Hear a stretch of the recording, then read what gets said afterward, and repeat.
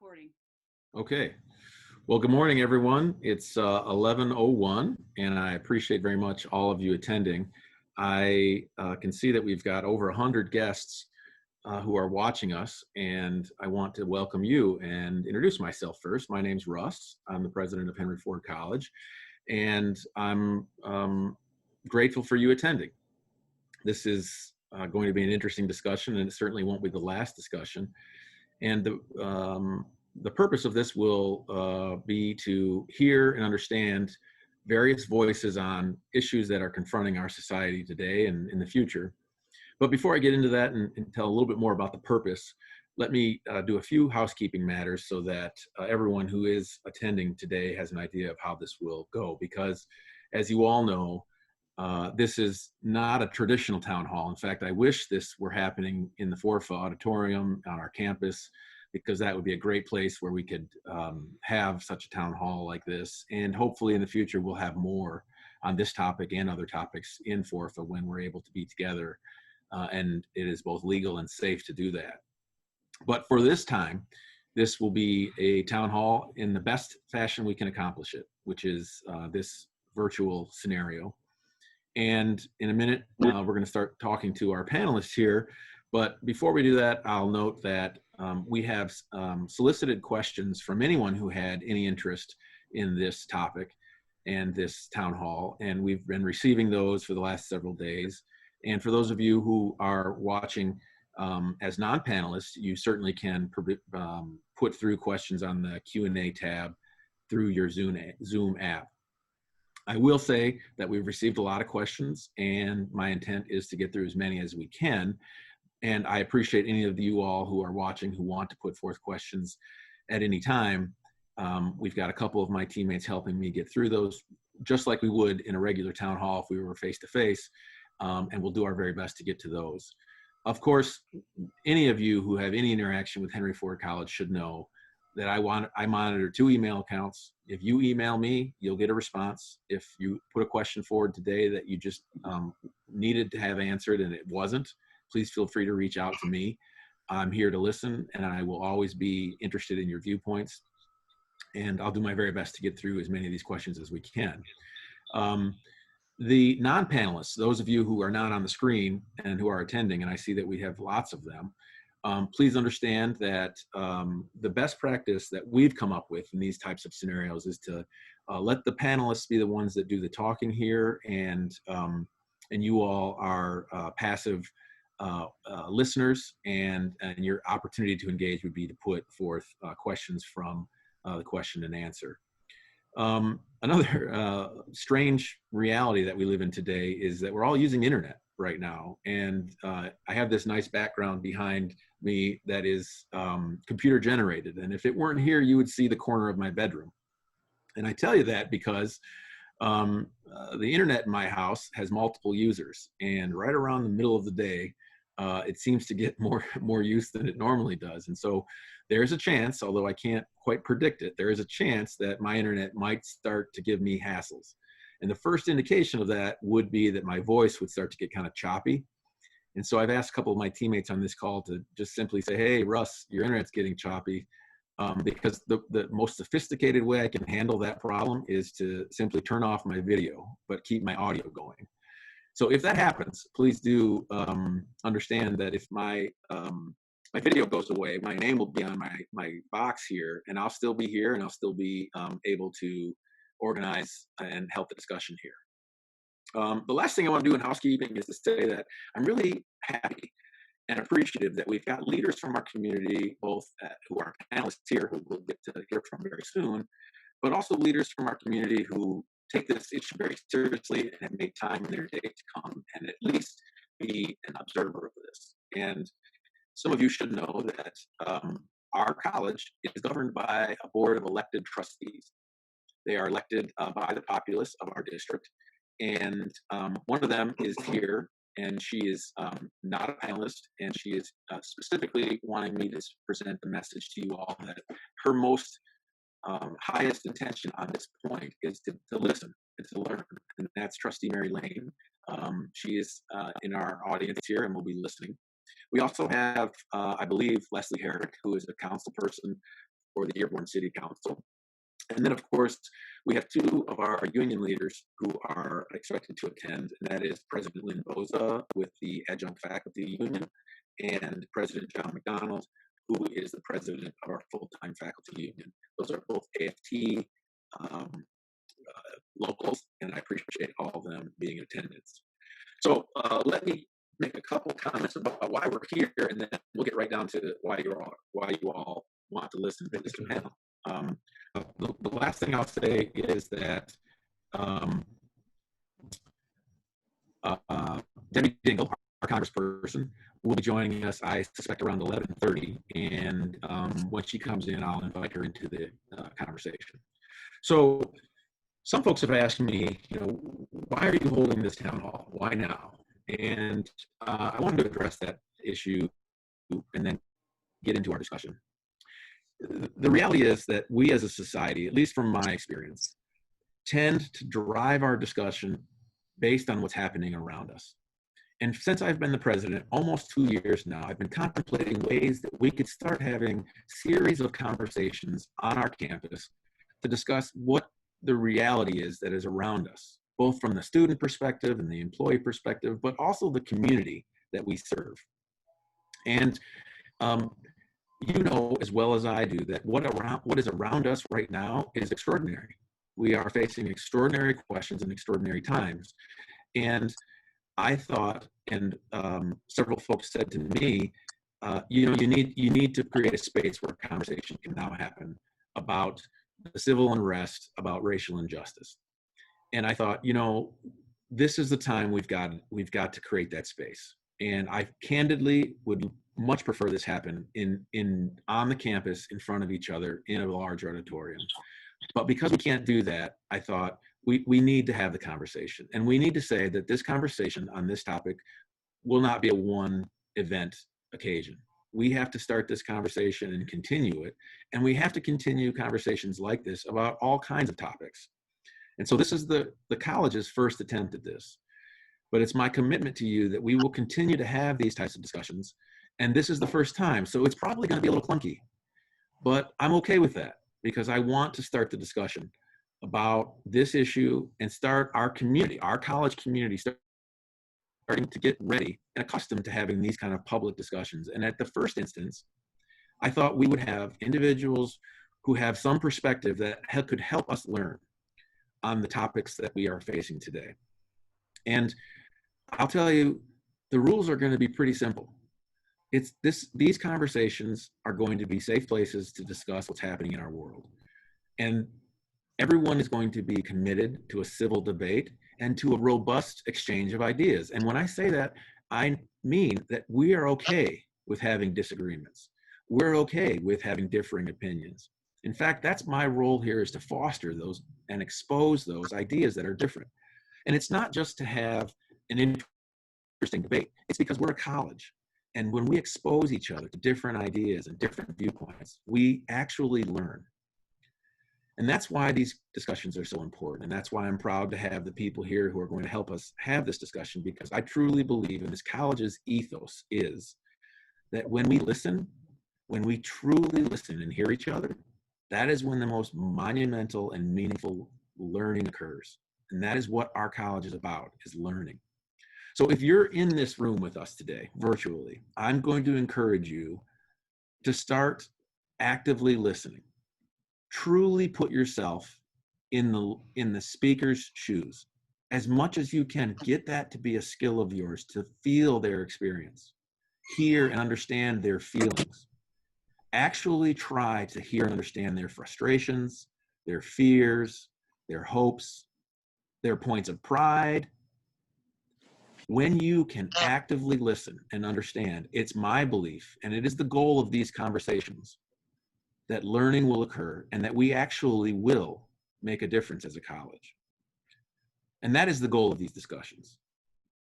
The goal of these discussions is to increase our understanding of each other, to increase our learning of each other. And for me, as a college president, to start to understand what role our college will play.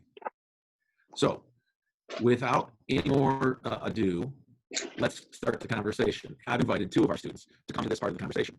And I, I know these students, and I trust their ability to convey and deal with difficult issues.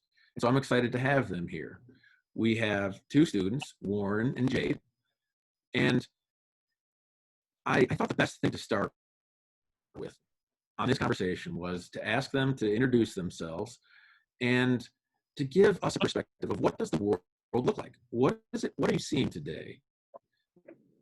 You know, we as educators and as leaders of this college are watching, we've got our own perspectives, but one of the most important things we can do is understand what is the student perspective from what you're seeing and what you anticipate, what you fear, just generally, what can we learn from what you're seeing in your experience? And I'll start with Warren, because the last time I saw you, Warren, I think my kids and you were playing with one of your science projects in the engineering lab. And I've gone on trips with you, and I appreciate seeing you here. So I thought, you know, you're a brave guy that could take on this difficult task of speaking to over 150 people. And I appreciate you being here. So tell me, what are you seeing? Well, I appreciate that. I would actually like to forfeit my right to speak first and give it to Jade, because one of the main things I think we should focus on is how Black women are minimalized in this school. So I'm gonna go ahead and let her have the first moment to speak. Okay, Jade. Warren has always been a very chivalrous guy, and he has asked you to speak first. So please do help us. What are you seeing? What are you concerned about? What are you optimistic about? Tell us what your experience is. Well, thank you so much, Warren. So my experience so far with the whole thing has just been, I don't know, my emotions about it have really been all over the place, especially with all the protests and things going on. For a moment, it almost felt like when you speak of Black Lives Matter and when you think of police brutality, you usually think of Black males being affected. And I know that's what the talk was when everything first happened. And then, you know, later they started to shine on, you know, the women who were being killed or who has been affected and things like that. And so I don't necessarily feel that being left out, I don't think we're being left out. I'm sorry. I don't necessarily feel that we're being left out. I do like that they're shining a light on every, you know, person that has been affected. I do like that all women of color are being included. I don't necessarily agree with everything that is going on, but I don't know. Since it's never happened to me personally, I guess I can't, you know, really express the feelings of how all women of color are feeling at this particular moment in time. But I am pleased for what's going on, because usually when, you know, there are protests for these type of things, nothing really happens. You know, it's just a bunch of people that's mad, and, you know, everybody is just trying to pacify others' feelings, and then it's pushed under the rug. So the fact that there's action that's really happening, the fact that, you know, people are really getting prosecuted, the fact that people are actually paying attention and are actually being active in what's going on. Okay, get out. The fact that people are actually paying attention to what's going on and actually listening to the cries of our people and understanding the pain, understanding that what's happening is wrong, and understanding that we're not going to let it happen anymore. I'm actually very proud of our people, and I'm actually very proud of what's going on. So I guess that's how I feel about it so far, as far as being a woman in it. And I, you know, I stand by my brothers, and I know they stand by us. So I'm very pleased. Well, thank you, Jade. No problem. Go ahead, Warren. I just had a foreword before I really get into my experience here. My name is Warren Harrison. I'm president of Engineering Club. For a lot of you who see me on campus. This is how I feel about the subject, and I appreciate Russ for bringing us together to talk about it. I feel in order for this to be a fruitful discussion, we have to talk about arming our Black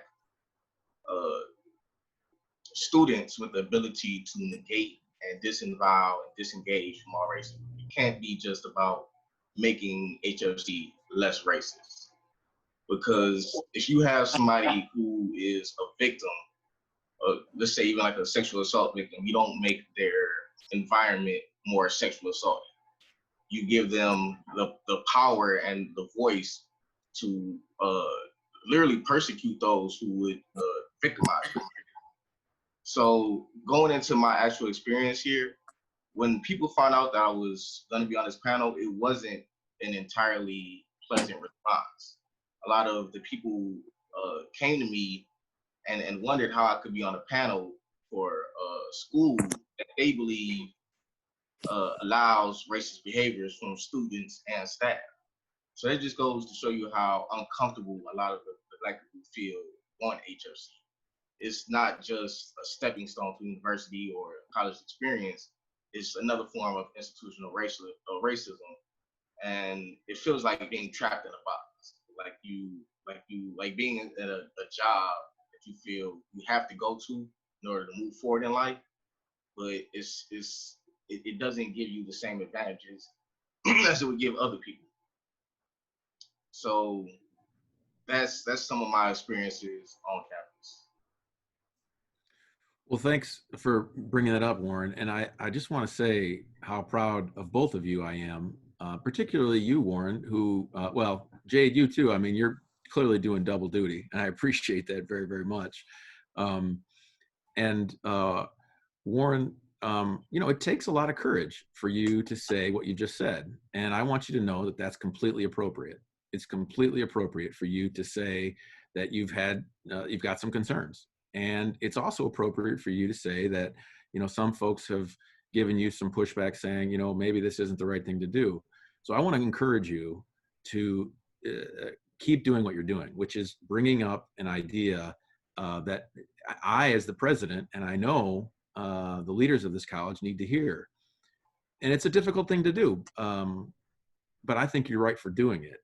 Do you want to talk any more about, because you said some really impactful things there that should be alarming should be alarming to anyone here at our campus. And I don't want to make it any worse for you for having to step out and do the uncomfortable thing. But I am interested, if you feel comfortable, to start the conversation about what can we as a college do so that what you just described is not your lived experience. And, you know, Warren, you and we've exchanged emails long enough times that it's okay if you want to say, you know what, Russ, this is a better conversation for you and I to have offline. That's okay. But if you know, we've got a lot of people here who care a lot about Henry Ford College, that and you have a particular voice that I know personally has value and is credible. If you feel comfortable, feel free to say, look, Russ, this is the way the college can make progress on this concern. I do plan on being in contact with you a lot over this subject. I'm sure you remember we went down to Florida together, and the first time I heard you speak was about bridging the gap between African American men in Detroit public schools and HFC. I feel like that's a cause that we really do have to crack down with. You do know I work under Dr. Nemegi, the head of the engineering department, and we speak and facilitate for a lot of schools in the Dearborn area to have them come in as early college students. And as far as I know, there's no Detroit public school students who come. I might be wrong about that. There isn't.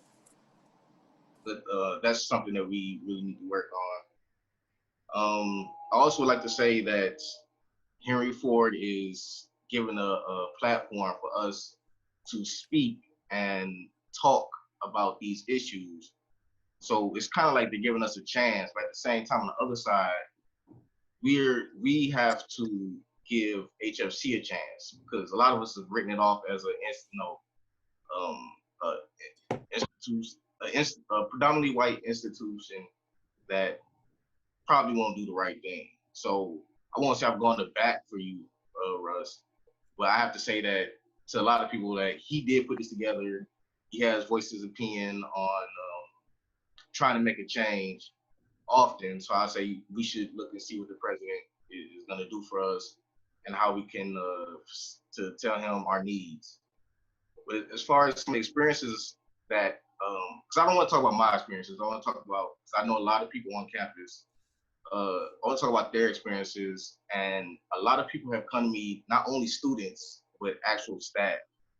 And when I say staff, I mean people with, PhDs, things like that, and told me personally how they have been persecuted or discriminated on campus. So what I'm saying is you've gone through all this schoolwork and got a PhD and you still feel like you're being discriminated against. I said, what chance does a student like me have? So if if we could make a change and people go into every single class and feel like they have to fight an additional fight off the basis of their skin tone, then they might win a little bit as a person, but as a student, they're already put behind if they had to go into that classroom and fight because of their skin tone. So I feel like any real change has to kind of be legislated. Warren, first of all, I've got my camera back on. We'll see how long it lasts until I have to turn it off again. But I turned it on because I wanted as much as I can to look you in the eye and say thank you for having my back. Thank you for taking a risk. And when you show someone respect like that, I think the only appropriate professional way to do is return the respect. And so here's what I can say. Nobody should experience any of the things you just reported. That it has happened ever once at this college makes me frustrated and emotional at the same time. We've got to work to find a way to stop it. And I don't know the answers. And I'm hoping you can help me find the answers. But I'm committed to whomever has and is willing to help me find the answers that will implement processes that we can at least start to address it, at least at this campus. And I will talk with you, Warren. You know, I always have. You mentioned we were in Florida together, and that was at the Black, Brown, and College Bound Conference. Let's do it. If you want to be the catalyst, I'll sit with you whenever you want, and whoever else you want, and we'll build a process to, at the very least, identify and start addressing these incidences of racism. It's not acceptable that it goes on and it hasn't been addressed yet is appalling, and I apologize to you. But we can work on it to go forward. And I appreciate you having my back. And I promise you I'll have yours. Do you want to make any more other comments, Warren? Because I'm going to talk to some of the folks who are employed here by Henry Ford College. And Jade, did you hear anything Warren said that you wanted to jump in on and kind of add, or maybe say you've had a different view, or any, just add to the discussion? The only thing that I wanted to add was I do agree with him when he said that we need to have more, people of color coming in from DPS and all of that. Because when I first came to Henry Ford, I had never visited the campus prior to enrolling, but I did think that it would be extremely more diverse than it is. So when I got here, that was a big disappointment for me. And I honestly didn't see any Black people until like my second semester here. And that's because I joined the African American group, which took me a minute to find. So I do agree that we definitely need more diversity on campus. Okay. I have a lot of thoughts about that, but candidly, my voice is not that valuable on this call. What's more valuable is to bring in some of my colleagues here. Keambra Pierson is a teacher, faculty member here at our campus, and she's a leader. I've given her really important assignments. She's led teams that have made tough decisions. She cares about her students. I'm really proud of her as a teammate. And I'm thankful she's here to kind of talk to us. And I'm interested in Keambra, what are you hearing from your students on this panel? And what are you also experiencing as an African-American person watching what's happening in our society today, but also kind of the faculty perspective? I'm putting you on a tough spot, but I know you're up to the charge. What are you seeing and feeling? First, I just want to say that I'm just speaking about my own personal experiences, so I'm not an expert on race and culture. I am, just like every other Black person in America, probably am keeping track of what's going on in our country. And I too am proud of what everyone is doing, but still sad that we're still fighting. The fight is exhausting. It's exhausting to witness things like that, to witness somebody be killed on it's basically on national TV at this point, and then have people come in and justify why they thought that was okay. So it's exhausting, it's a constant fight, and then I have to put on my professional leadership hat and present myself to everyone, even though it's very painful to watch what's going on. So speaking as a faculty member and student, addressing what students have said, unfortunately, like Warren has said, I have had students come to me and talk about their racist experiences that they've had with instructors on campus. Most of the time, they don't want to say who it was because they're fearful that it'll somehow impact their future at Henry Ford. So we just have good conversations, and I give a lot of tools for how to move forward, for how to persevere, and continue to reach their goals that they have on campus. And it's hurtful to hear that they're going through all of that. I'll say on the other side of that, I have had very recently some of my former young white students call me personally and say, what can I do? How can I make this better? I have racist family members, and this literally just happened. I have racist family members, and I'm going to a barbecue on Memorial Day, and I know they're going to get into their racist rhetoric, and I want to know what I should say. How should I say it? How should I be?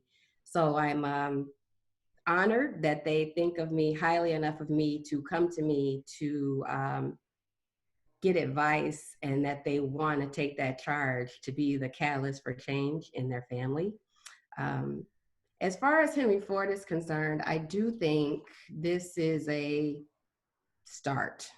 My experience, before I say this, I do want to say that I think it's important that we are having a conversation that is probably very uncomfortable for a lot of people.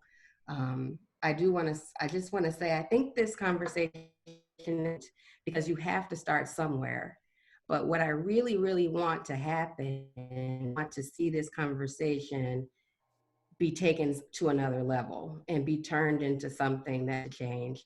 Henry Ford, since I've been here for 5 years, and Warren and Jade, I graduated Henry Ford as well, so I'm a Henry Ford graduate. So what happens here, do a lot of talking, or we'll do a great training session, and then you hear nothing for years until it's like almost like a fad. Like, let's talk about it again. It's important again. Really, really, that this is a place where we can have these uncomfortable conversations and kind of set a baseline for where we are, and then come up with how are we going to move from this, and don't let it be forgotten. It's taken hundreds of years for us to be in this boat that we're in, so it's not going to be over, talking about it for the rest of the summer. The world is going to go on. It's going to be more going to come up, but this issue will still need to be addressed.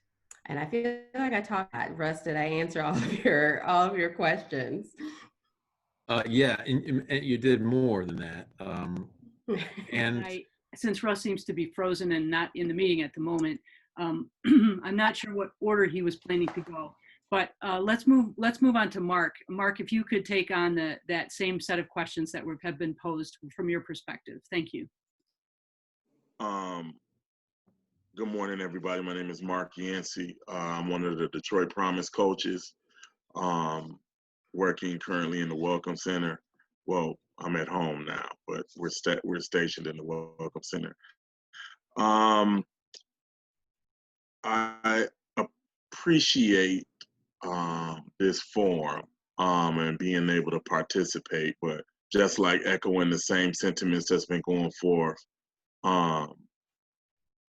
I'll slightly change Professor Pierson saying this is a start. We had a lot of starts, and I'm with you in the same sense saying we gotta keep that momentum going from here. You get what I mean? We gotta I've been on the campus I think 6 or 7 years. I participated in initiatives to delve into the disparity between students of color and other students. I've worked on most recently moving the needle, where we really put forth the committee put forth in-depth research into figuring out how to improve graduation rates, retention rates of African American students, and it seemed to kind of stall out, So we have people at our college, we have groups at our college that are doing the work. What would be efficient is to continue the work that they're doing instead of necessarily keep restarting the cycle. You get what I mean? Because every time we restart the cycle, we start right back at the beginning. We have some new people that may have come in. We have some people that may have stayed over from, initiatives past. But, in essence, keep starting over. We're never going to make progress. You get what I mean? It's always going to be we're going to get to either step 2, step 3, and then it stalls out again. Thank you, Mark. President Kavalhuna has not been able to rejoin us yet, so I will pass this on to Munira. Could you introduce yourself and make some comments along the same lines of how you are seeing things? Sure. Good morning, everyone. My name is Munira Kassim. I oversee the Student Conduct and Compliance Office, and I'm also the Student Title IX Coordinator. I do appreciate that we are having this platform, this open conversation and dialogue, but I'm going to echo a lot of what I've already heard. I want to make sure that we're not static and we don't stay in this current position, because it's been going on for too long. Enough is enough. And I think the protests and the loud, active voices have demonstrated that. I don't have, I'm not, I can't say what a Black person's experiencing, but I can stand by them. I can empower them. I can, help and guide them. And I've heard some of the complaints as well as I've started working at HFC in terms of discrimination, faculty behavior in different ways, students, even amongst students. From a personal perspective for me, I've just lived, and maybe it's not the healthiest way to recognize it, but I've always just recognized that injustice is the status quo. That's just the world that we live in, unfortunately.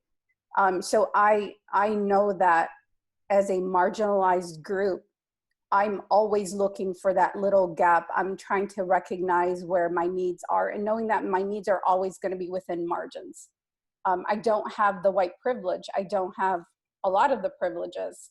In fact, I think that in order for society to truly and honestly be inclusive, we all have to have equal access to justice. And at this point, we don't have that. So there's no way to say that society can truly be inclusive.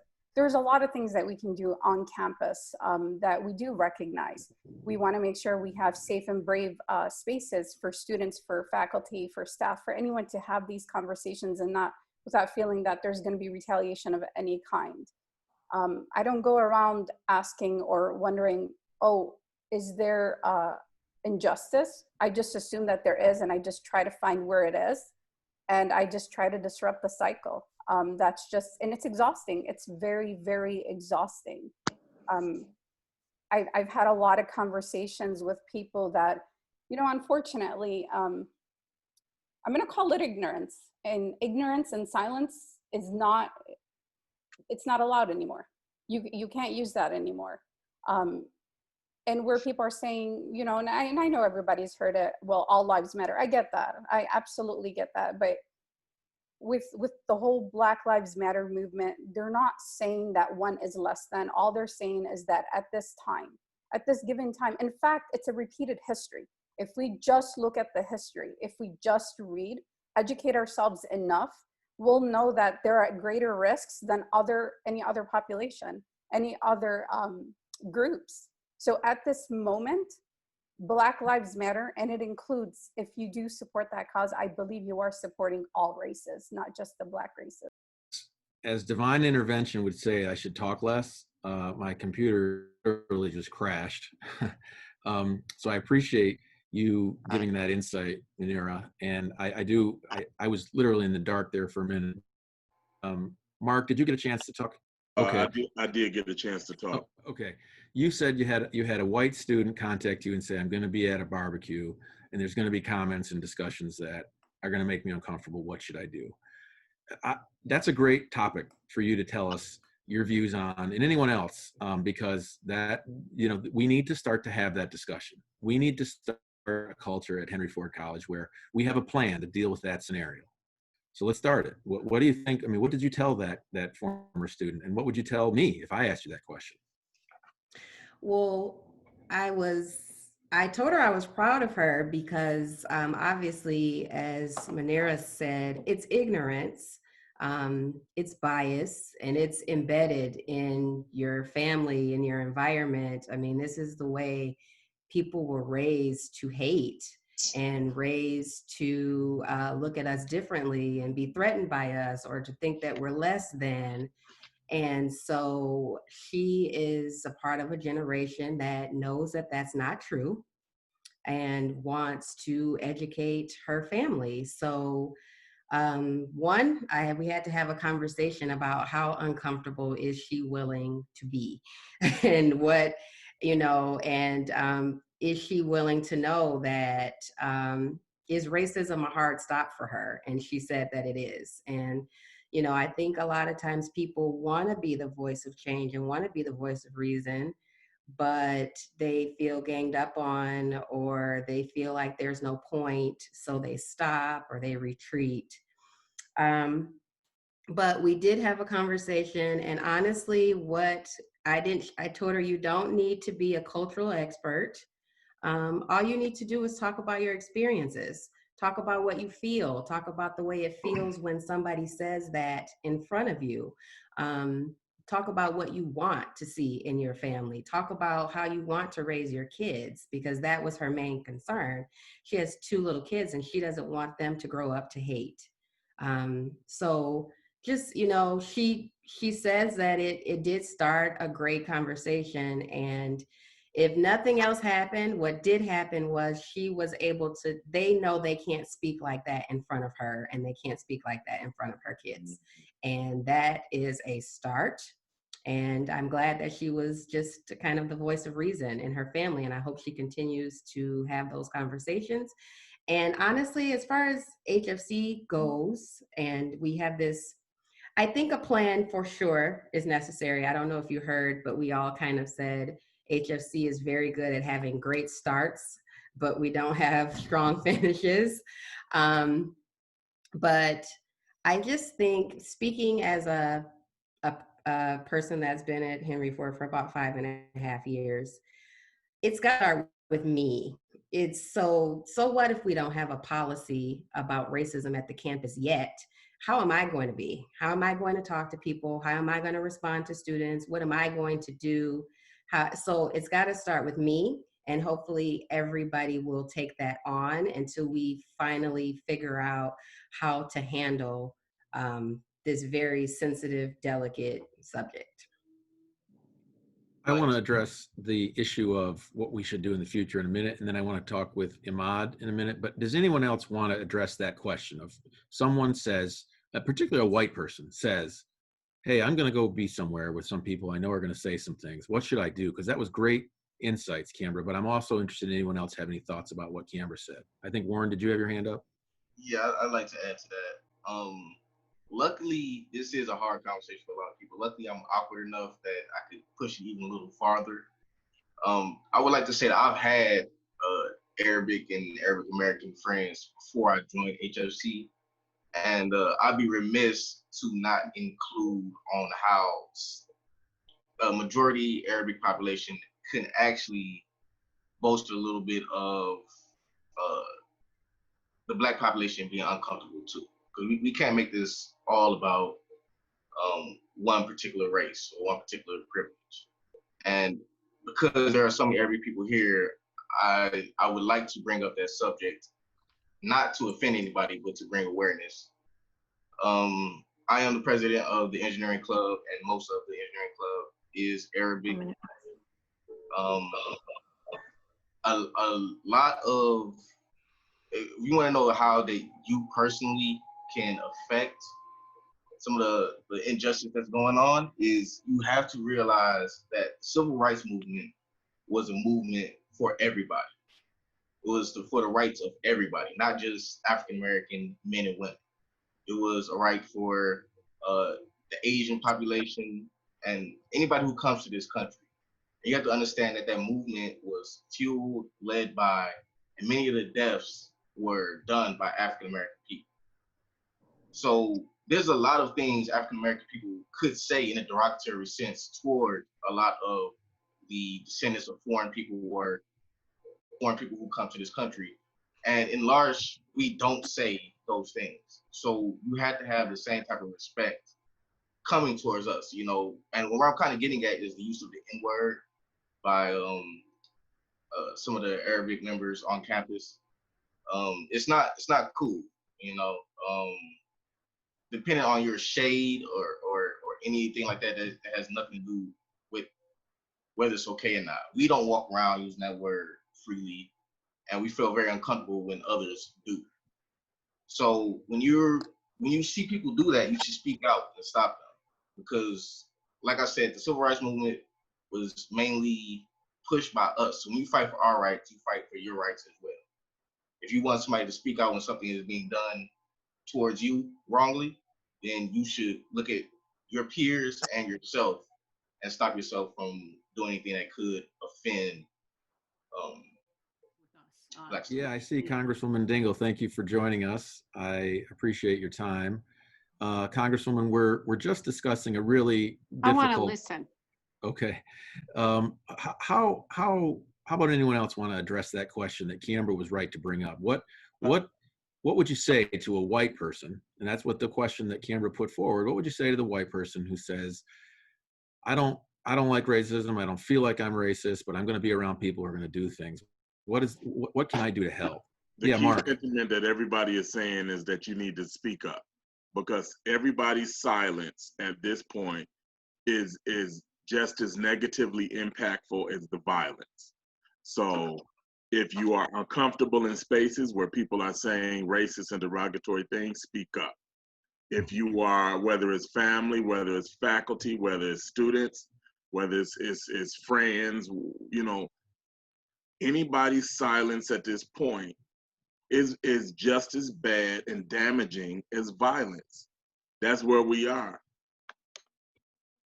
Imad, you're a counselor at our college, and you have a unique opportunity to engage with students directly when they're feeling like they need support. You're an Arab American, and you're a leader on our campus. You've been a leader of the counseling division in the past, and I count you as one of my personal friends. What comes to your mind in your interacting with students, but also hearing this discussion? Yeah, well, good morning, and thank you all for having us, and thank you, Russ, for having us today.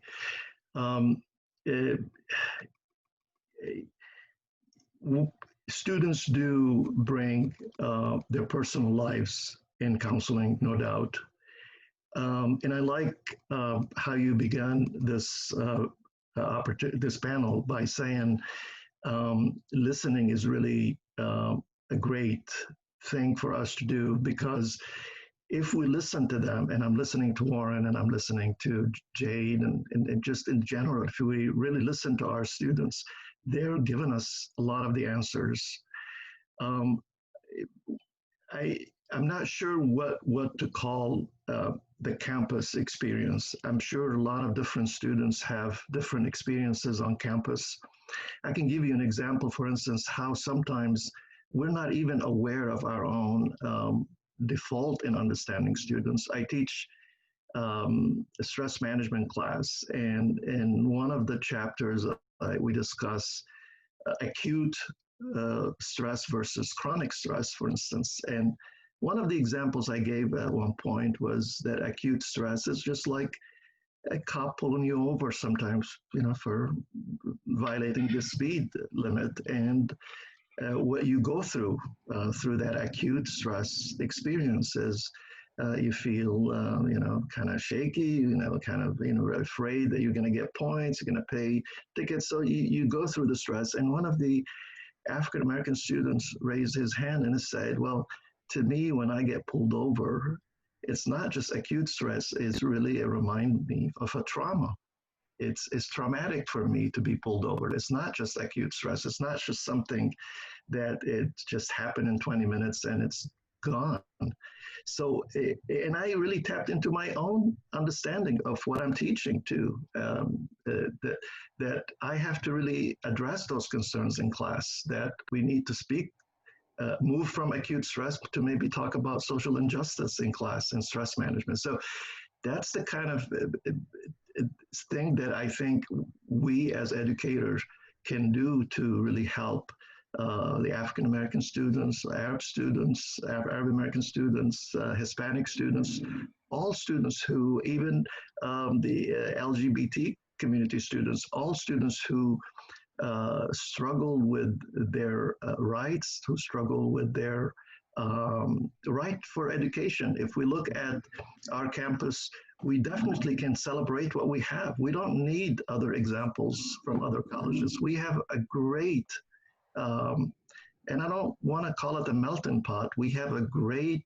integrated system of students from all demographics. And it's really a chance for Henry Ford to be an example, to teach maybe the entire nation, just like what happened in the state of California. They developed their own way of understanding of how to work with students who don't fit a specific understanding of college students, being first generation, being students who struggle with the daily personal issues. Our students bring all kinds of issues in general, not just, I'm not just speaking of one demographics, but all of our students bring all kinds of issues. If we look at it less as a challenge and more as really in embracing the experience of doing something bigger than just educating, teaching how to read and write and compute and do all kinds of cool stuff, maybe we can get there. But I like what I heard today. I think it's great that we're here today, that we're having this conversation, and I really applaud you and commend you, Russ, for allowing this opportunity. We've never had this conversation. We've had a lot of different events and speakers and stuff like that, but we've never had this heart-to-heart conversation as a college, all of us together, speaking our minds and our hearts, and hopefully getting somewhere. This is great, and I echo what Munira said and what Warren said. Black Lives Matter is becoming a national trend. The other day, even in Israel, the Palestinians were demonstrating against brutality with the Israelis and using "I can't breathe," the "I can't breathe" thing that has been circulating everywhere. So I think we're at a great crossroad. We have a great opportunity to really right the wrongs in many ways and do good in our journey of educating the young minds. Thank you, Ahmad. My internet is going in and out, so I've taken my camera off. But, you know, I would like to start a discussion right here with you, Jade and Warren, because you've got your congressional representative here. And if you don't know Congresswoman Dingell yet, I'm going to help you start to learn how to know her, because she's an outstanding representative. She is tireless. And I'm going to give you 2 examples of why she's tireless. And then I'm going to ask you to speak to her. I know that's a big deal, but this is your congressperson, and I want to start a conversation because I know you are students that I'm proud of, and I know that Congresswoman Dingell wants to hear your voice. But just 2 examples of how this representative has done real action so that you can know that she's got ears that are willing to listen to your testimony. When this started, she came out of quarantine, and she made an impassioned speech on the steps of the Dearborn Police Department that I recommend you go see. And if you can't find it, Warren or Jade, come to me and I'll find it for you. And you're going to find out about who she is to the core. But then next, she marched with protests, and she literally laid face down on the ground in the street to demonstrate an opportunity to hear and listen to what's being said. And so I give you that as a way to say, I brought someone here to you that is your representative in Congress, and you're our representative as students at Henry Ford College. And I know I'm putting you on the spot, but I'm proud of both of you, and I know you'll speak well. What do you need to have Congresswoman Dingell hear from your lived experience in the last several weeks, but also just your lived experience in your entire life? Well, I guess I can start. So in the last several weeks, the main thing that really bothers me or really makes me feel away is that I do recognize that everyone is coming together to help our cause, people of all different races.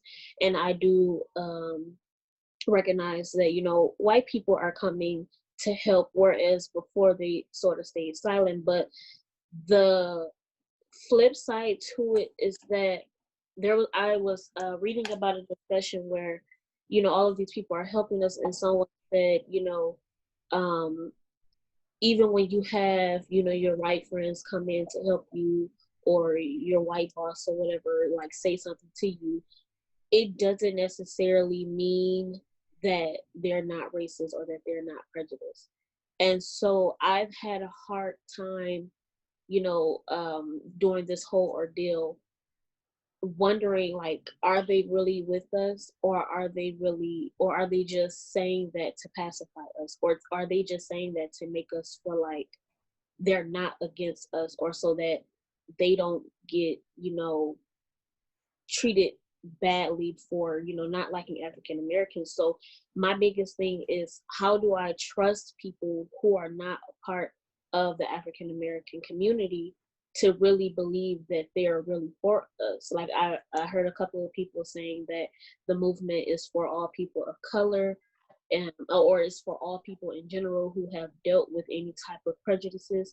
And there's a part of me that just doesn't agree with that, simply because I don't know if I could trust these people. Because even in the protests and all of that, I've seen, you know, Mexicans come in and are angry and calling us niggers and all of that, and mad because of what we're doing. I've seen people of all races showing their true colors, and then I also see people of all races saying that they accept us. But it's like, how do I trust that they really, like, if my white friends, or if my boss, or if my professor or whatever says that, you know, they're with us, like, how do I trust that? Like, even now in this conversation with the people here who aren't people of color or who are African American, like, how do I trust that? I guess I would just say, I have been to a couple protests, and you know, I've lived in Michigan practically my whole life. I think that Michigan has a chance to show that we have a level of accountability higher than elsewhere in the country, and I think that's what we should focus on. So I'm not a policymaker, I'm not a politician, so I can't tell you exactly what we need to do, but I do know that going to a protest and seeing people out there, we do need to have a higher or stress to achieve a higher level of accountability out here in these streets. So police brutality, racist legislation, incidents, any type of incidents, I feel like we should focus on showing that we don't represent that in our state. I think an important step in doing that at our college is one of the, I know, you know, it's been said that, you know, it starts with us, and it starts with the people here and the people that's doing the work and things like that. But what also help, and what would actually begin to make the biggest difference is policy. Policy and you know, we've done a lot of work on this side, you know, different groups all across campus. We have small Black student union groups. We have small Black staff groups, but we need to, it needs to be something where we can move, express ourselves as one, instead of, you know, all of these different groups that exist. And the policy is what's really going to show and bring about the change. I would like to be kept in the loop on what type of changes you guys want to bring about. Same. If I can, I know there was a couple of points, and I don't want anyone to think that they were dismissed. Like Warren, you made a point earlier about the Arab population or the students that were making derogatory comments, and that I've heard it. I'm not going to deny it. I've heard it. It really irks me. It irritates me. I don't care in what language you say it. It's unacceptable, and you're right to call it out. I think the first thing for us to do is to check, to do self-awareness, and to really start to have that uncomfortable conversation with yourself before you can have it with anyone. I don't know how to get others to trust me, Jade. I don't know how I can get you to trust me, but I know that I'm gonna try. And maybe words are not enough. Maybe it has to do with action. But perhaps when I do make a mistake, I want to offer you the opportunity to tell me, hey, please don't do that. This is how it's really supposed to be done. Correct it. Having that space, safe space to be able to have these conversations. Do we have a lot of work ahead of us? Absolutely, without a doubt. We have a lot of work ahead of us. Personally, for me, from my lived experience, I hate the terminology colored people. I just hate it. It makes me feel less than. It makes me feel like I'm always going to be part of that minority. And we need to flip that script. We need to flip that narrative. We got to be now part of the majority. In fact, let's not have a minority. Let's not have a majority. Let's have an inclusive, truly inclusive and just population services practices. I think what I'm hearing everyone say is what we're really asking is for equity. We're not asking for equality, because I think there's enough equality here and there scattered, and whether it's genuine or it's not, but what we're really asking for is equity. We need people to meet us where we're at, and sometimes to make it a fair run, we might need a little bit more than what another student might need, what another faculty, what another staff. For HFC personally, what I would like to see, a better representation in terms of our upper management to our student population. I don't think that there's enough of that, and I don't know if I'm not saying that it was purposeful or it was done intentional. And I know that one of the questions that was posed was the Board of Trustees. Why is there not a Black Board of Trustees? That's a very valid question. And I think that goes to the college community, to everyone, to ask that question, and we deserve to know the answers. We need to train people on how to discuss these racial issues without feeling uneasy. If you're feeling comfortable in these conversations, you're not doing enough. If you're uncomfortable, you're having the right conversation. We need to be able to spread anti-racist narratives, to be able to put it in our curriculum, in our studies, to be able to train teachers to have these conversations with students, instead of, if someone wants to have a conversation about race or discrimination, we're automatically so afraid of, oh my God, the backlash or what's gonna happen, let's shut it down. No, we need to be able to have these conversations. Does it have to happen in every space? No, but perhaps we can designate brave, safe spaces for these conversations. We cannot move forward if we continue to talk without action. I think at this point, we need to move forward with a plan and with an action. And I heard a lot of people talk about policy. We do have a policy for discrimination. Can we do better? Absolutely. There's always room for improvement. And I know another thing that was brought up was was a question that was posed with the racial climate survey. I've been here for a couple of years. I haven't heard of one. And to better really understand our student population, our staff, and to know what we really need to understand and inform future decisions for the college in terms of diversity and inclusion. And if we want a vibrant community, we need to have that done. And it has to reflect our student population. And perhaps also taken into consideration, how do we develop new metrics for success? Let's not just use numbers. Let's look at other ways to meet our students where they're coming at. I don't know if that answers the questions for anyone, but I am an administrator at the college. I do have an open door policy. Anyone that ever wants to have a conversation, I take no offense into it. And I welcome the opportunity to learn what I don't know. Congresswoman Dingell, you have been great to give us some of your time, and I know you may have to leave soon. Is there anything you want to impart to, we've got about 171 observers here and several people who are students and or staff at the college. Or are there any questions you have for us? Any communications you want, the floor is yours. Well, first I want to, I had said to the president that I wanted to just listen because, and I had a commitment to give a speech at 11, so I'm sorry that I was late to the conversation.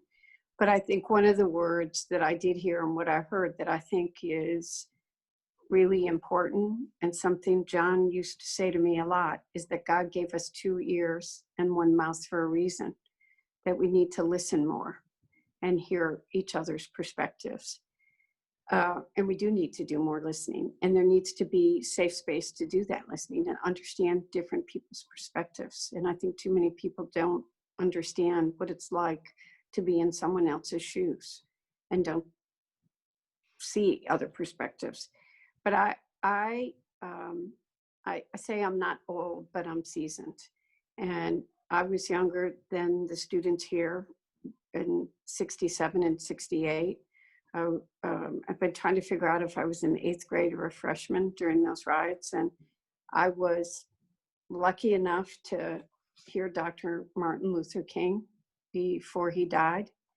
And I've never forgotten some of the words that he said that day.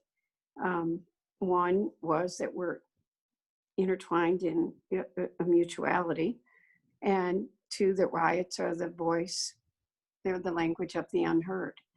And we've heard that a lot lately, but I don't, each person on this screen that I can see and the 100 some that I can't see has had different life experiences. I've been, the nuns were very, they taught me that we were all created equal. And then they very quickly wanted me to understand that I was a child of privilege. And that just because God created us all equally, we weren't all treated equally. And they took me into the city of Detroit, and I met a lot of people and saw a lot of things, and these are issues I've really worked for a long time. And even though I've had people talk to me, I've worked at the issues, you still don't understand what it's like to be in somebody else's shoes. And I think that's one of the things that we really need to understand. I chaired Michigan's affirmative action campaign. I can't even remember how many years ago it was now. And that probably taught me more than many things did in my life. I don't think I'd ever seen or understood hate the way I did until I chaired that campaign. And I think that I have represented the Arab American community since I got elected to Congress, but I've lived in Dearborn. So I've seen hate targeted at people because of their nationality and their religion, which you were talking about. And I've seen hate targeted at people because of the color of their skin. And hate is just a very bad thing, and we don't understand what it's like for people to fear that hate or to be treated differently every day of their life. I guess as I was listening to you all, there are people that are really uncomfortable having these conversations. And I think Munira was right in trying to say there needs to be a safe space. There are people, I know when I did affirmative action, that people didn't want to work the issue or touch the issue because they didn't want to be accused of being a racist. So they would run away from conversations rather than deal with issues that we need to deal with. There are people that try to wedge us. There are people that try to pit us against each other for all different kinds of reasons that keep us from addressing these issues that have to be addressed in so many different ways. Civil rights is an issue, period, in this country for people of all kinds of faith. But right now we're at sexual persuasion and religious background, et cetera. But right now we're at a crossroads that Black lives do matter. And, you know, I unfortunately, I mean, in each of us, we don't understand whether we're biased or not. There's some that's just so inside it, and people don't want to admit it. They don't want to admit that they don't think about it. They might indirectly racially profile or nationally profile. You don't even realize that you're doing it. And they're afraid to have the conversation. They're afraid to talk to you. And what you all don't want is one more person asking you the question, well, tell me what it's like to be Black in America. I think a lot of my Black friends are like, they've said it to me. Kamala Harris said it to me yesterday. I'm done being Black in America. Because you're just like, you're a human being, but you get treated differently. And people need to understand that. And we need to change our laws, and we need to, but it's also people's attitudes. It's people's lives. It's our communities. And even Jade, when you were talking and you don't know who to trust, I want to get to a point that we're just one community. We are not Black or Latino or white or a woman or a guy. I mean, I've experienced discrimination in my life. I've been sexually harassed. And it's not the same as being Black, but I can tell you, I have been stalked. I have had hands put on me in a way that nobody has. And I know what it's like to not have control over what someone else is trying to do to you. And I've never forgotten that as long as I've lived. It's not the same as being Black, but I know what it's like to have somebody try to control you or have control over you. And I think that we're at a time that we've got to make sure we are once and for all changing policies that have discriminated against Blacks in America. We need to expand it to fight discrimination in many different ways. But one of the more important things for me is that people have real conversations, that you, Warren, or you, Jade, or you, Mark, can tell me how you feel and how you feel uncomfortable and how you want people to hear and how we get to the point. It probably won't be in my lifetime, but people don't see color or nationality or religion, but we're just one, and our strength is who we are inside. So I don't know if that really answers any of your questions, but I think we're at a very complicated time, and that we need to use this opportunity to listen and to understand and to drive change, and that words are not enough. I've had words for more than 50 years in my life. The time for action is now. Can I Thank speak you, to Congress. something that Debbie Dingell said and Jade said? You said that something could happen to us. It's a racial incident. It could be a microaggression. The person that said it, maybe they don't even know that they said something that was offensive. And Jade, you brought up trust, and that's something I think is very important. Yes, we're talking about it a lot, but if somebody does something or says something that's offensive to me, I want to trust you enough to know that I can say, hey, you know, you you can't say that to people. You know, that's not okay. Or this is an example of a microaggression, and we're able to start having a conversation about those types of things instead of having that kind of conversation with somebody and they take it as me being the angry Black woman, or you're now pulling the race card, or, you know, things like that. So that is just a little tiny thing that we can start doing, is just being open to, when I come to you and I try to promote change, or I try to get you to understand how and why that was not okay, that you are more accepting to hear me and to understand me. Imad said something about chronic stress, and I'm a licensed counselor. I know what PTSD is, and we have it. Black people have it right now. It's too much. It's a lot going on. I'm a Black woman that's scared that police can break home and shoot me. And I mean, this is the reality of what's going on. So it's just, it's the continuous microaggressions. It's sometimes the macroaggressions. And then it's me trying to be brave enough to say, hey, when you're talking to me or talking about me, you can't say those people. Or it's really not okay that you tell me how to wear my hair. You know, it's, you want to be able to have those conversations and try to move forward from that. But it's just, sometimes it's just so hard. And I really do hope, honestly, I'm gonna be very blatantly honest. Two of the most racially motivated incidents I've ever experienced happened in Dearborn. And one of them happened on the HFC campus. So we have to do better. And like we've said, we've all said, this is the very beginning, and I'm appreciative of this happening. But I just wanted to say that there are small things that we can, until we come up with the big plan, but we have to continuously work on the big plan. What is the plan, and move forward and move past this? And I'd like to add on to that, to what Ms. Best just said. I don't want the issue to be confused. It's not hard being a Black person. It's great being a Black person. It's hard being discriminated against and labeled. Right. And I don't know if I have enough time, Russ. There's one question I see on here that I wanted to talk about.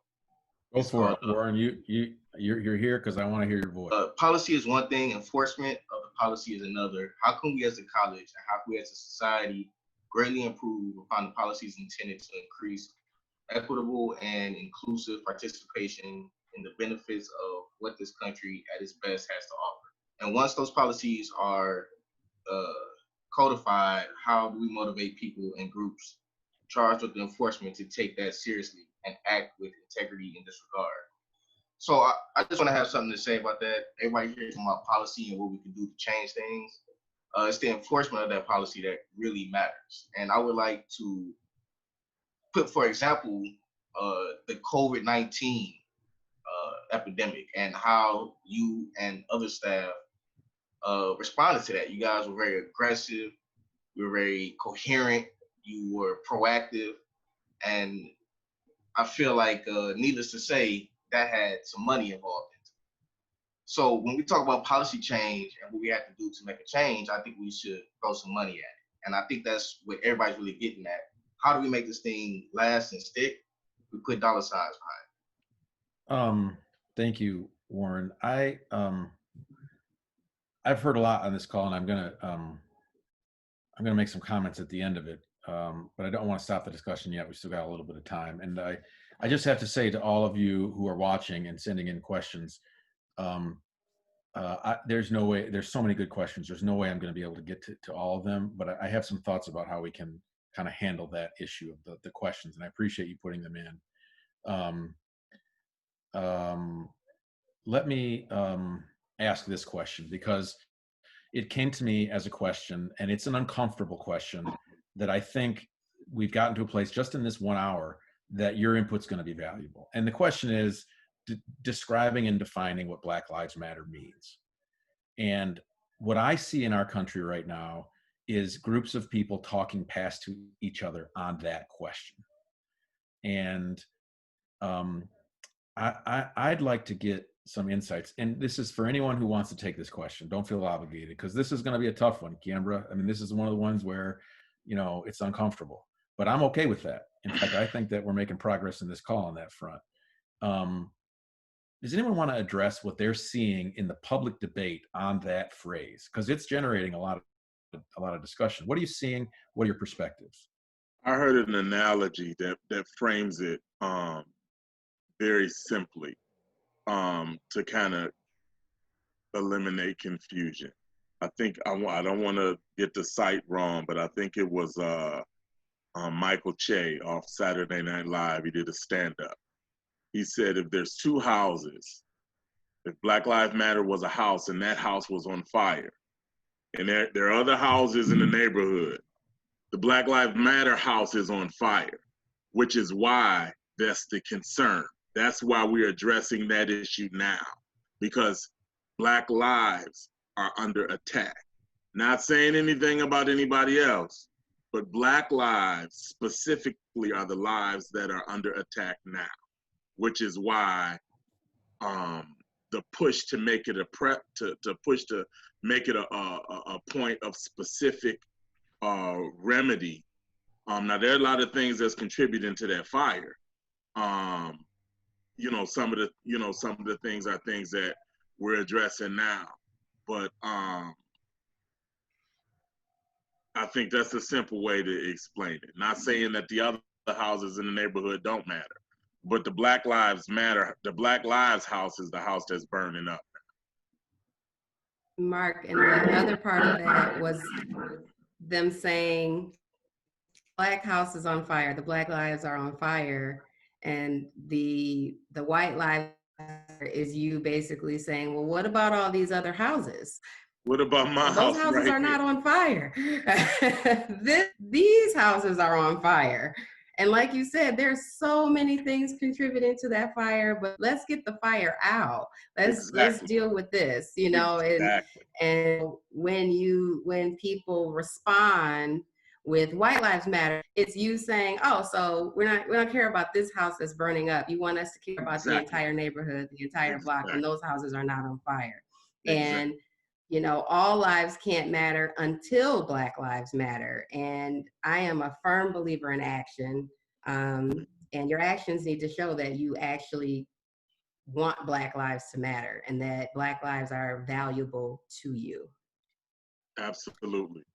And I think I'm sorry, I was just gonna say, I do think, and Debbie Dingell did bring this up, it's important to not acknowledge our different experiences and be empathetic. I talked about being Black in America means my experiences are going to be different to someone who is white and who has privileges. I had a conversation with somebody yesterday, and we said, you know, we can have the exact same things.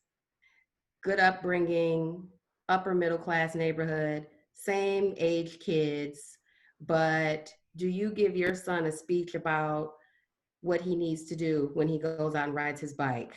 I think my son is so sick and tired of hearing me tell him, be safe, make sure your location is on, make sure you don't wear your hoodie. I mean, it's ridiculous, the things that I have to tell him. If you go into a store and you buy something, you need to make sure you have the receipt. Put it in a bag. Don't open it up until you get back in the car or get back on your bike. Yes. And the other person, the white version of me, I should say, they're not having that conversation with their child, you know, and this is just, all this is a conversation. We had a conversation about that yesterday, and she acknowledges that that's just something that goes along with being a Black person in America. Yeah. And I do hope that we get to a place where that's not necessary, but we're not there yet.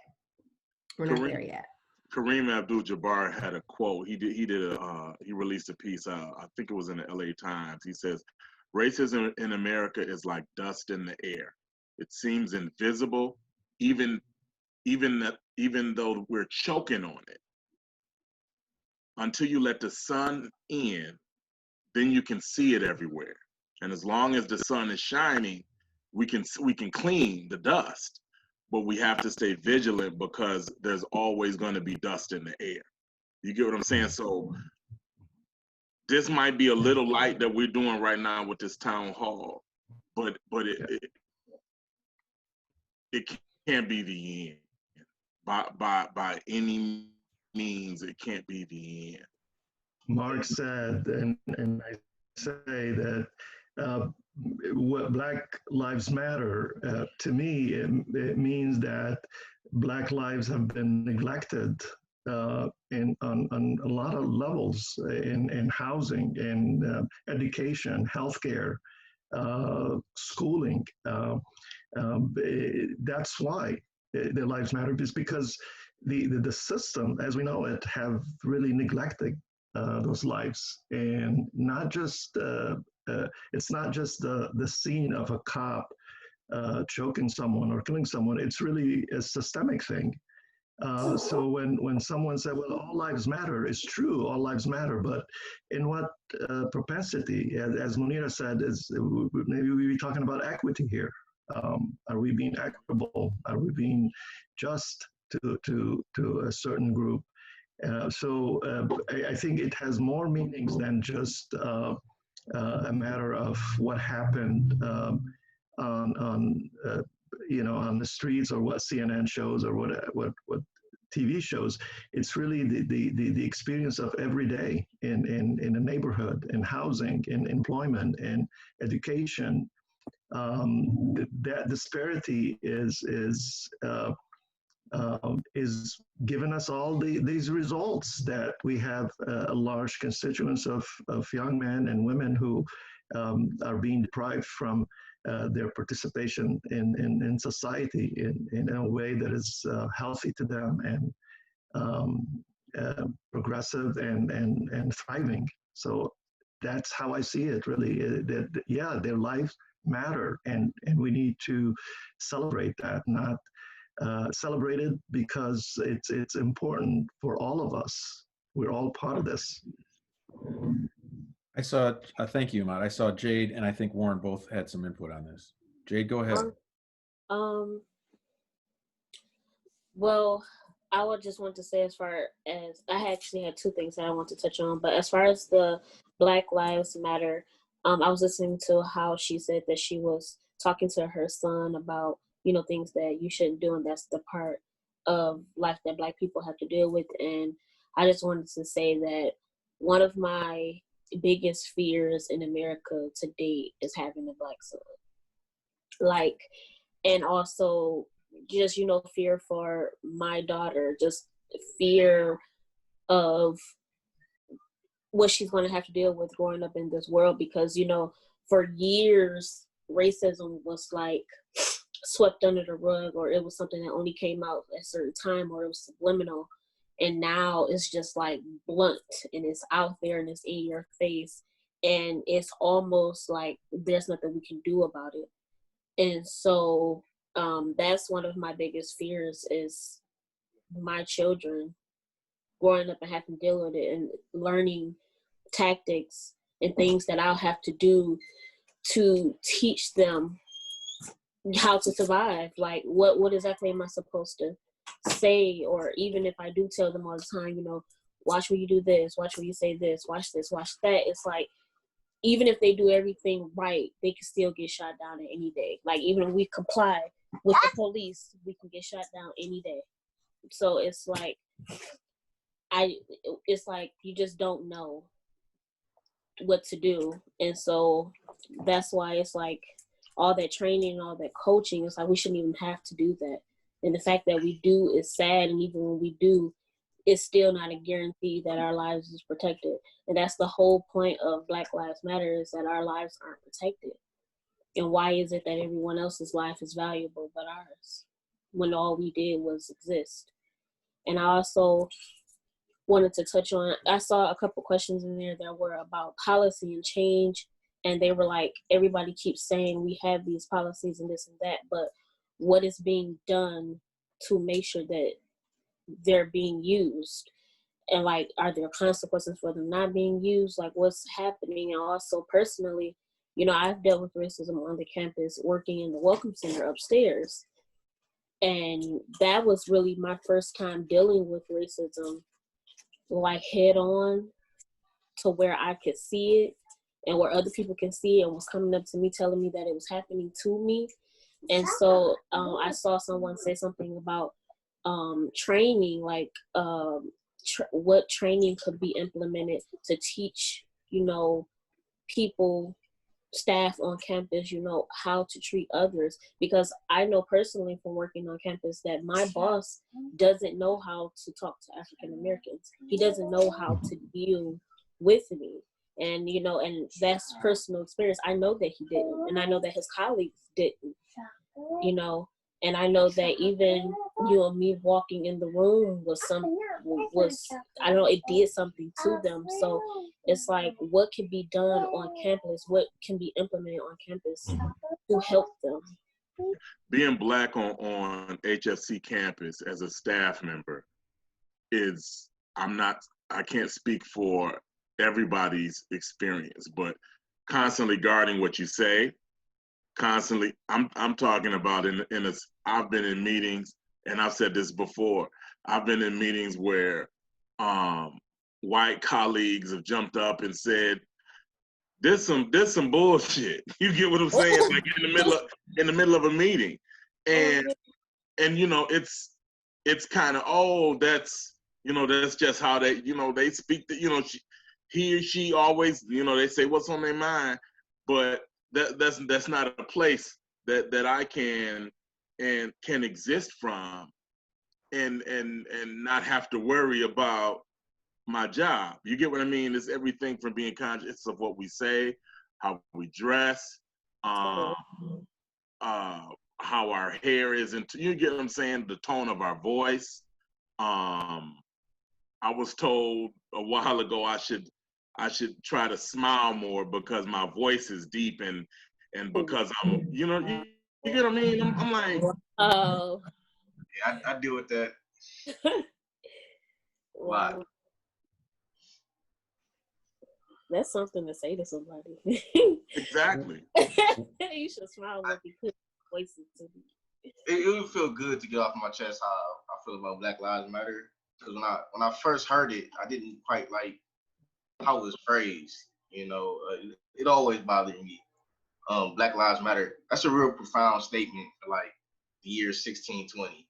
Like Black Lives Matter. Like, you know what I mean? Like I thought we did this in the 1960s and all that stuff. We just now talking about Black Lives Matter. So it's to me, it's kind of like a real passive approach at it, but it's just like, it's such a powerful movement. You have to support it regardless of how you feel about, you know, where it might have come from. So, both my parents were young adults in the 60s. So I kind of grew up with the teachings of Malcolm X and Huey and all those things like that. So looking at it it was kind of a different undertaking for me. Like I was protesting recently up in Ypsilanti, and we marched down to the police station and we took a knee in front of the police station. The commissioner took a knee and all that, and I almost had to walk off the frame because I just don't understand why I should do something like take a knee or be in a submissive position. But still, you know, I support everything they do. I did take the knee. I think for me, it's kind of like I hate to say like dominant guy.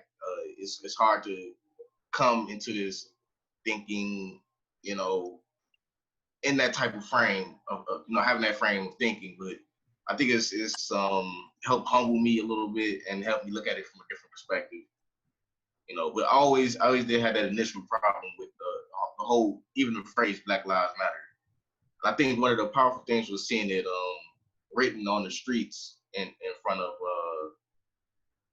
Washington, and I'm just like, man, they've made real progress. You know, like I used to have a poster in my room from the Olympics with I can't remember his name, but he had just won first place prize. He stand up with his fist in the air, and that was burned to my memory. So when I see people take a knee, it just seems so different to me. But I don't know. I'm just trying to learn from the experience, and of course I support everything they do.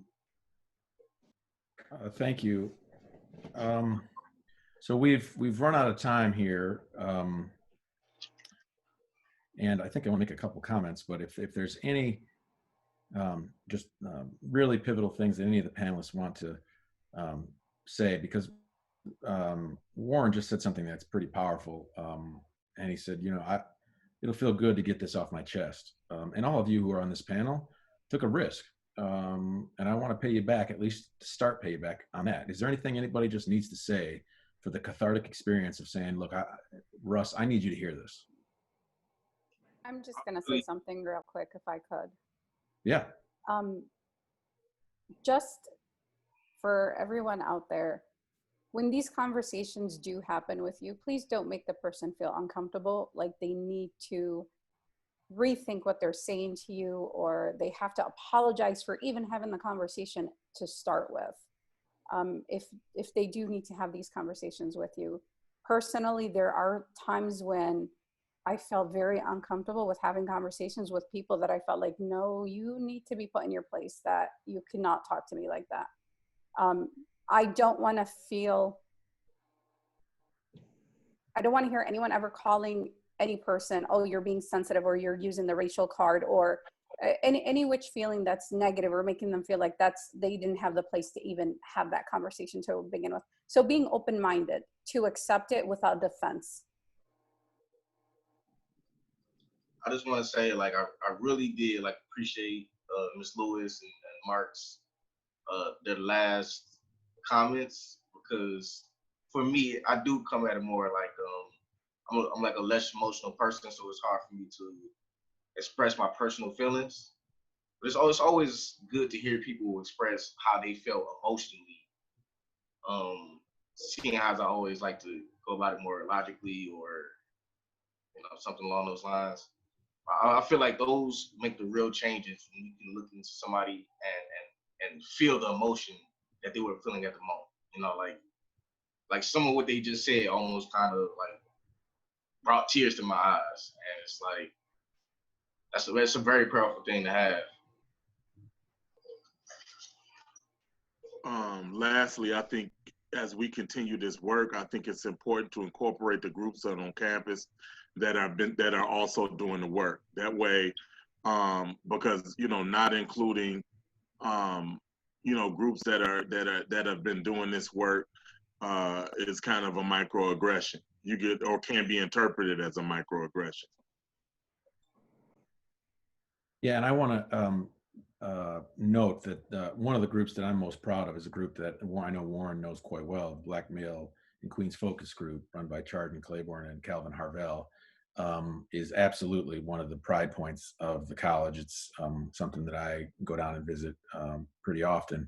And I definitely invited Mr. Claiborne and Dr. Harvell to take part in this panel. And I want to have more panels, and I'll continue to ask them to have their voices heard here. Any other things that people just really need to say? Again, this is a really important opportunity for you to be able to say publicly how you're feeling. Okay. I just want to say thanks that the students were involved and they had such a good voice in this conversation. I appreciate it. That's a great segue, Keambra. Let me wrap this up by saying several things. First, I've been through a couple, maybe 3 or 4 emotions during this interaction. And Warren and I also try to stay pretty logical. So moving to an emotional issue or emotional feeling is not something that happens to me naturally. But Jade, I'm touched. I'm touched by the fear that, and Keambra, the fear that you as mothers have described. I don't know what that feels like. And I could feel, even through this computer, I could feel the fear and the anguish that you expressed. And I want you to know that I validate it. I was also upset during this call. I got kind of mad to think that some of the things you've described are probably just the tip of the iceberg about what happens on our campus. Absolutely. I'm outraged. I also felt just a little dismayed and a little regretful when I heard Jade say, "Who can I trust?" I mean, I hope that the administrators at this college are some people you can trust. I hope that I'm someone you can trust. And I regret that I haven't been able to convey that yet. I felt good that we accomplished something today when Warren said I need to get something off my chest. That was what I was hoping we could get to in these kind of conversations. I feel good that we got to a place where Keambra noted, you know, these are going to be uncomfortable conversations, but we got to start having them. Because I didn't know if we'd get there even today through a computer, and I can see we have. And I've heard enough to know we've got to do more. I've got to be able to have your back, Warren, that you stick your back out for me and say, look, I'm going to actually come to this thing and tell them what I think. Let's do another one of these. Let's do another one of these very soon. And let's start devising what we're going to do as a college to make the testimonies that we've heard here today reduced and eliminated on our campus. I'm committed to do that. If this has happened before and we've talked about it as a college and not moved, then that stops now. You've got my commitment personally. Personally, I will be involved in helping us develop a process so we can start getting better. And that's a result of the risk you took, Warren and Mark and Jade and Keambra, telling me we've got to do something. I don't know the answers, but I'll be involved. And to the extent that I have authority to drive action here, you've got my promise that I'll do it. I also feel a little bit worried. I don't know that we've got the answers for the national questions. But I we'll keep working on it here at the college. And I've already got some ideas about how we're going to do it.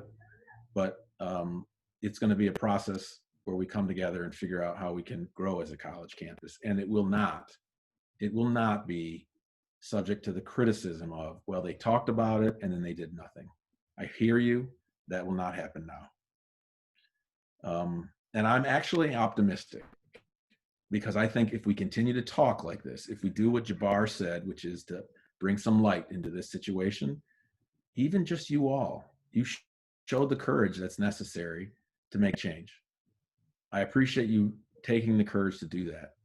And I'm sorry it's in this clunky format, but I hope just that, I'm sorry that my computer crashed. I hope just that shows you how committed I am to this, because I knew there were going to be problems with this. I knew it wasn't going to be smooth, but I'm still committed to making progress on it, despite the clunkiness of the world we're in right now, because I think it's so important. And you've convinced me now that we've got to make improvements. I don't know what those answers are, but Warren, please, you're my liaison to the folks who are saying, oh, this is all talk. Please tell them I'm motivated for action as a result of this. So this is the first in a long series of conversations we're going to have as a college, particularly on this topic, but other topics to come forward. And for those of you who are willing to stick it out and listen to us for an hour and 43 minutes, I'm always open to your ideas about when and how we can do another discussion on a topical issue where we can drive change societally, but certainly on our college campus. And I believe the strength of our college is in our people. And if you guys can see what these panelists did as courage to show what we need to do to improve this college, I'll always give you a voice, and I'll always give you an opportunity to help me learn. So sorry for the long speech there, but I wanted you to know, particularly to you, my colleagues and these two students, I'm proud of you. I really am proud of you. I'm proud that you're at our college, and I'm going to keep working to give you a voice and make it better. So I hope you all have a great afternoon. I'm going to work on scheduling another one of these in the coming weeks, and we'll figure out ways we can improve on what we've learned here and possibly get more voices into the room. Thank you, everyone. Have a great afternoon, and thank you for your attendance. Thank you.